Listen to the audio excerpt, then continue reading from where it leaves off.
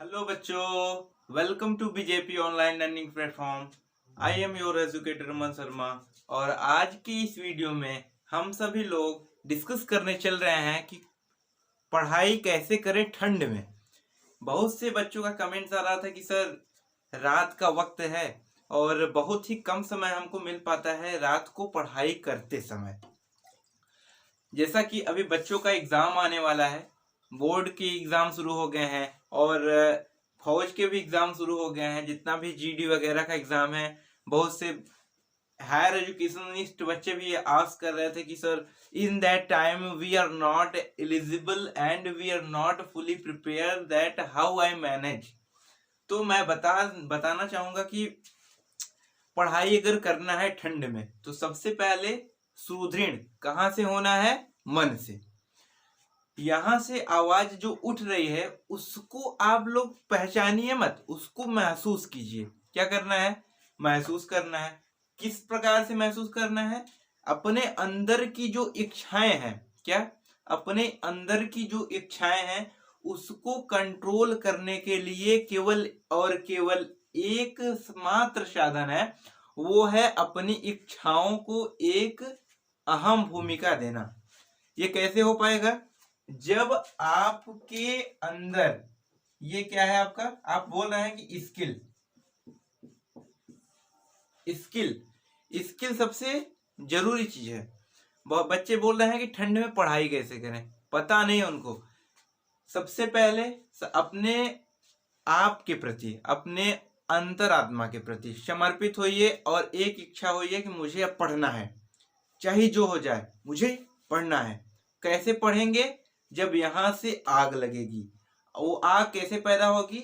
जब हमारे पूरे इन्वायरमेंट में, हमारे होल इन्वायरमेंट में केवल और केवल एक आग जलेगी कि पढ़ना है। चाहे जो सीजन हो, ठंडी हो गर्मी हो, केवल एक ही आग हो, पढ़ना है। क्या है? पढ़ना है।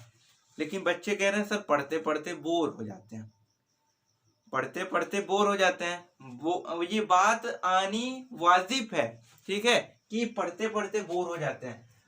ठीक है, तो मैं इस प्रॉब्लम को दूर करने के लिए, इस प्रॉब्लम जो ऐसा प्रॉब्लम क्रिएट हो रहा है, तो इसको हम कैसे मैनेज कर पाएंगे? मैनेज करने के लिए केवल और केवल एक उपाय। सुबह कोई नहीं बोल रहा है आपको 4 बजे उठना है, 6 बजे उठना है कि 3:30 बजे उठना है। मैं नहीं बोल रहा हूं आपको सुबह जल्दी उठना है, लेकिन सुबह उठना है। सुबह उठना है, सुबह उठ करके एक्सरसाइज करना है। यहाँ से 1-2 किलोमीटर चलना है। वो भी ठंड का वक्त है तो थोड़ा अपने सर में टोपी वगैरह पहन लीजिए और चलिए। सुबह उठ के मान लीजिए 5:30 बजे उठे तो सुबह चलिए। चल फिर के यहाँ अपने स्थान पे आइए। फिर फोकस करिए कि फोकस क्या करिए, अपने अंदर थोड़ा एक्सप्रेशंस ले आइए कि मुझे थोड़ा व्यायाम करना है। व्यायाम योगाभ्यास के लिए बैठ जाइए। केवल और केवल 10 से 15 मिनट आपको योगा करना है और उस योगा को बैठ करके करना है जमीन पे। आपको कहीं बाहर भी नहीं जाना है कि थोड़ा इन्वायरमेंट में, जिस प्रकार के इन्वायरमेंट में भी कोरोना वगैरह का चल रहा है, झंझट चल रहा है, तो मैं ये आपको नहीं सजेस्ट करूंगा। कृपया जमीन पे बैठ करके उसको पढ़िए।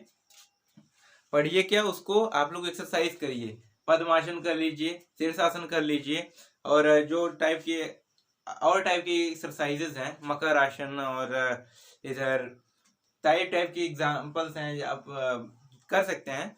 उसके बाद करने के तत्पश्चात आप लोग बैठ जाइए पढ़ने के लिए। थोड़ा मुंह फ्रेश वगैरह होने के बाद डायरेक्ट आप बैठ जाइए पढ़ाई करने के लिए। और उस टाइम आप याद करने वाली चीजों पे फोकस करिए। किस पे? याद करने वाली चीजों पे।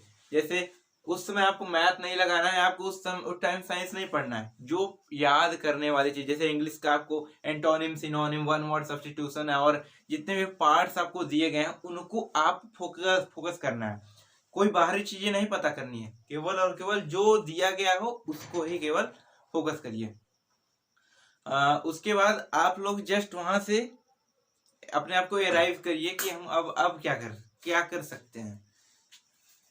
फोकस करने के बाद आप उसको, उस पढ़ाई के सिलसिले को लगातार 2 से 3 आवर्स तक रखिए। जो याद करने के बाद आप वहां से उठिए, अपना जो दैनिक क्रिया करना है उसको करने के तत्पश्चात फोकस करिए कि और क्या हमको मिल सकता है इमीडिएटर, या फिर कोई जो जिसको चाहिए वो उसको पाने के लिए लग जाएगा। तो ये स्किल्स हैं आपके पास 3-4, मैं आपको बताना चाहूंगा कि कैसे इन स्किल्स के माध्यम से आप अपने आप को एक बेटर वे प्रदान कर सकते हैं और एक अच्छा अपने आप को कैसे एक अच्छा गाइडर के रूप में कुछ न कुछ प्राप्त कर सकते हैं। सबसे पहला होता है कंप्यूटर स्किल। कंप्यूटर स्किल जो होता है ये आज के युग का, इन that time it is a very most important thing without in our whole environment, like what we feel, because without computer skill no any work will done। दूसरा होता है reading skill, reading and writing, reading and writing skills. ये skills दो ऐसी हैं, एक computer technical knowledge और दूसरा रीडिंग एंड राइटिंग स्किल्स। आप राइटिंग स्किल्स के माध्यम से एक अच्छे राइटर भी बन सकते हैं। तीसरा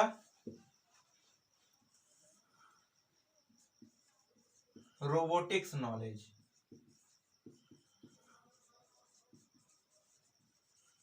ठीक। ये 3 चीजें आपके अंदर इस वातावरण और इस अनुकूल परिस्थिति के अनुसार आपको ये सभी टेक्निकल नॉलेज गेन करनी चाहिए।